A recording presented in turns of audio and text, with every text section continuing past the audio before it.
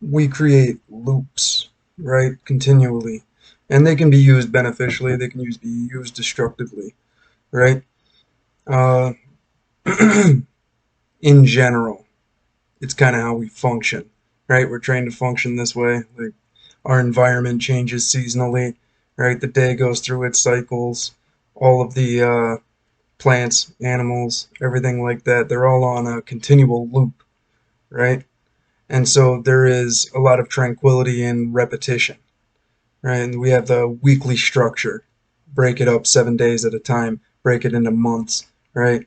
And then even then you consolidate it into years, right? It's a continual stretch, but you break it up and makes it more easy to digest, right? And then we create cycles, right? We're born into cycles because our parents are influenced by their parents who are influenced by those parents. And you get into like the whole ancestral curse, right?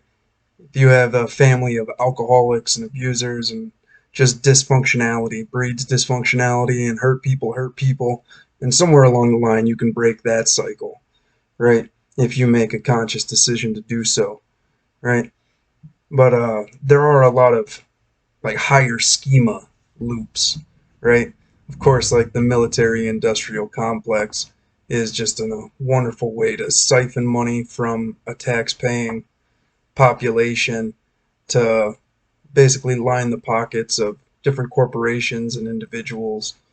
And it's just a one big cycle, right? And then you have the pharmaceutical cycles, right? Where you start taking one medication to take care of a problem, and then next thing you know, you need other medication to counterbalance the effects of that medication, and then you just keep on adding and adding and adding until you have a whole chain of like 12 different medications that you have to take continually, right?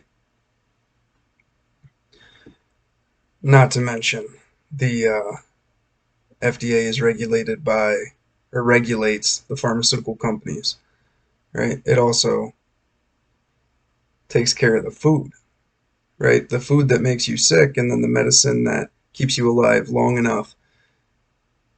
Keep on funneling money, right? These are real destructive cycles. And we see them on basically every level, right? You can look at them at the personal level, and you have people that waste their money on frivolous things or even destructive things, right? And then they're continually broke. And since they're broke and they don't have any savings, they don't see any reason to save. And so they continue to spend. And yeah, you know, or obviously the destruction of addiction, you know, where people fall off the wagon, so to speak, right? And then you have cycles of destruction within just the mind frame, right? Like depression, anxiety, the self loathing, self hatred that overall brings about a whole plethora of other problems, right? Now, we as a society in a large way, especially this like existing generation, right? Because we don't have a Great War, the Great Depression, and any of these like defining attributes. You know, we didn't have the settlement to the west. We didn't have a revolution. We didn't have any of this, right? Now, we have had a tremendous buff of technology, right? And we do have a lot of access to information. So, like, we're under the delusion that things are supposed to be this easy all the time, and things are supposed to be just kind of handed to you, right? Because we were handed an entire society with built infrastructure and just sustainability, right? Here in America, we were born into a ability to thrive, and that's something that isn't all too common throughout human history, right? And so we have this sense of entitlement, right? Because when you get given things without merit, you feel that you deserve these things, right? And then that becomes a whole destructive thought process within a society. And we're really starting to see the ramifications of that, right?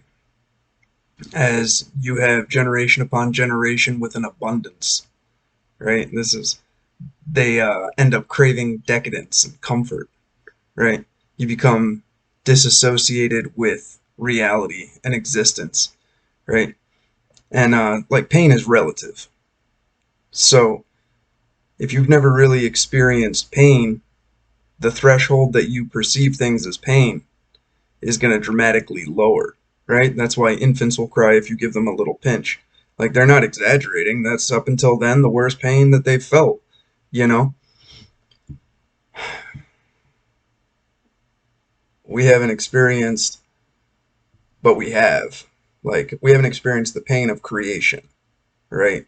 Creating things take energy, it takes effort, it takes thoughtfulness, right?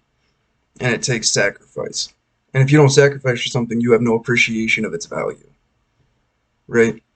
The majority of people who have occupations where it's just pushing paperwork or doing a remedial task, right? You're just a cog in a big machine, right? Like my son, we were doing firewood. He's chucking firewood. He's 9 years old, and he's like, "Dad, this must be how ants feel." And I was like, "Yeah, buddy." I said, "Some people do this stuff their whole life." And he's like, "That would be horrible." I said, "Yeah, well, that's why you got to use this.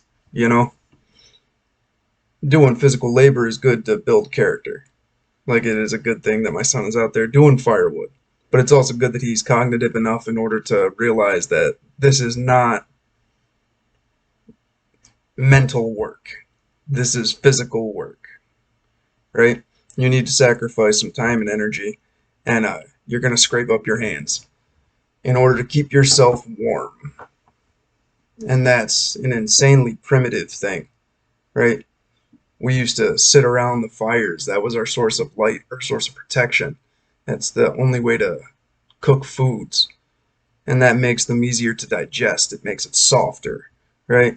Which means that you spend less energy on digestion for the caloric intake, which leads to being able to use energy for things like the brain, you know, which is interesting conceptually, like, right? Because, like, if intelligence was an evolutionary benefit, all animals would be really intelligent, right? So apparently it isn't. But that's a whole nother conversation. Be careful of the loops that you find yourselves in, right? Be it in your own personal life or just loops of like institution, you know, because everybody wants you to get into their loop, right? You show up at the time they want you to. You do the stuff that they want. You just shuffle in, shuffle out, right?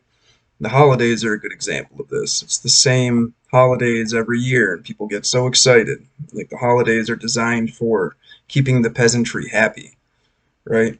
Now, a lot of them have to do with festivals of harvest or planting or all sorts of different ritualistic things, which also feeds into this whole need for like a cyclical existence. But like it leads us into circular logic, you know. It gives you the illusion that next year is going to be the same as this year. And I think we all know that that's not true. The world is changing, and we have to change, right? And so, in order to manifest the change that we want to see, right? Like Gandhi said, be the change you want to see in the world. Everybody wants change, nobody wants to change, right? Nobody likes this little cycle that we're all running on, this little rat race. Yeah? Who's going to break the cycle? How are we going to break the cycle? When do we do it? Which cycles can be broken and immediately severed, and which ones need to take some time to transition? Because there are things that are beneficial about them, right? There is a certain amount of tranquility to them. So it is necessary for most people in their psyche, let alone just the way that it's incorporated, like GMOs and all the foods and the way that agriculture is done and the way that the meat industry is ran and the way that all of the things are distributed there within. You can't just stop it and be like, oh, hey, this isn't the right way to do it, so let's just knock all that off. You need to substitute it with something else, right? Because the elimination of the bad does not produce good, right? You have to produce good in order to eliminate the bad. You got to be able to switch it. You got to be able to transition it over, right? This whole thing with the green energy, yeah, that's all well and good, but it's not transitioning into anything that's any better for the environment. It's just something that's different. You know, if they really cared about the environment, they'd be making plastics out of hemp that are fully biodegradable. But there's no push to do that, right?